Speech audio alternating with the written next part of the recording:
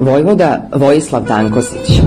Mnogim sam planinama hodio, kamenom jastuk zamenio, nebom se vedrim pokrivao, da bih Srbiju oslobodio.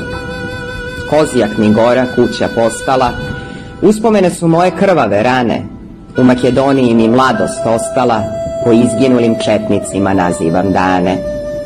Merdarsku karaulu pod bombama sam prekoračio, sa svih su strana kuršumi praštali, prvi sam u Prištinu zakoračio, ostvario ono o čemu su Srbi vekovima maštali.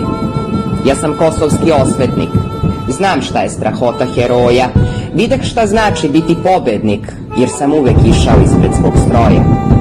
Beograd sam na Savskom keju branio, usiljenim sam maršem ka Drini gazio, na Ceru sam dušmanina teško ranio, pa u Kolubaru zagazio.